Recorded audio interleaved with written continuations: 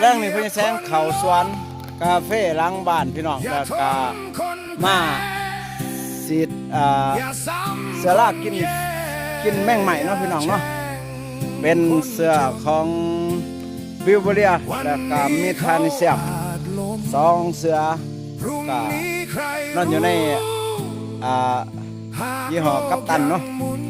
เพราะฉะนั้นแซงก็มาลองสีดมาลองเฮ็ดเบิ่งว่ามันสิเป็นจังไดเป็นชีวภาพเนาะเป็นออร์แกนิกร้อยแต่ว่าก็มาลองมาเฮ็ดเบิ่งว่าสิเป็นจังไดสิได้ผลบ่